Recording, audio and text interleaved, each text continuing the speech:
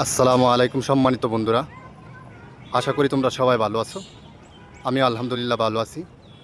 আজকে চলে আইছি কিশোরগঞ্জের এক ঐতিহাসিক শোলাকিয়া ঈদগাহ মাঠে। এটা আমাদের জন্য কিশোরগঞ্জের একটা সেরা দর্শনীয় জায়গা, যেখানে অনেক মানুষ যখন অবসর টাইম পায় এমনিতে ঘুরতে আসে।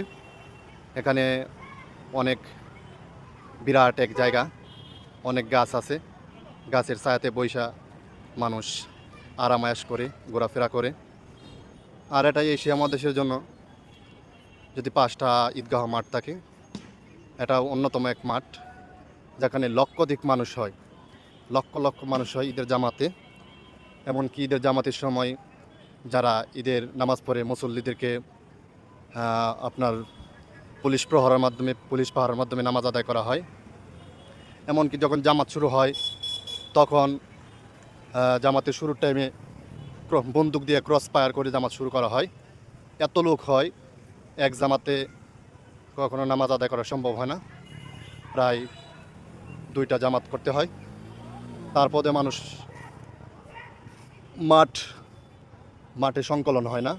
তারপরে মানুষ বিল্ডিংয়ের ছাদের আশেপাশে রাস্তাঘাটে মানুষ নামাজ আদায় করতে হয়।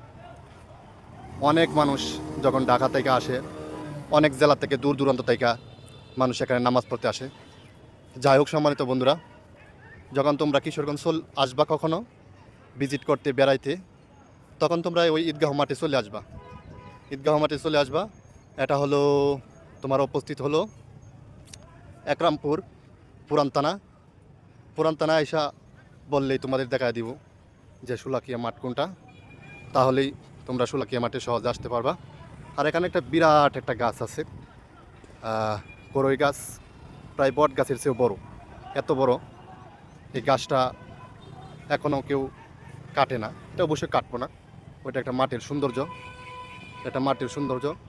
তোমরা বন্ধুরা আসবা, এখানে আসলে অবশ্যই অনেকটা ভালো লাগার একটা জায়গা, দর্শনীয় একটা স্থান।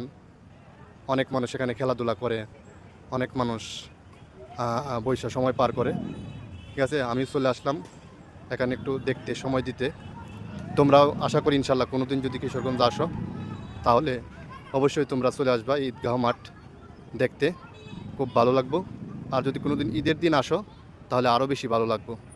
এই পর্যন্তই আজকে বন্ধুরা, ভালো থাকিও। আমার ভিডিওটা ভালো লাগলে একটু লাইক কমেন্ট শেয়ার করে দিও এবং আমাকে একটু অনুপ্রেরণা দিও তোমাদের ভালোবাসা নিয়ে, যাতে আমি একটু সামনের দিকে এগিয়ে যেতে পারি। সবাইকে তোমাদের ধন্যবাদ, ভালো থাকবা।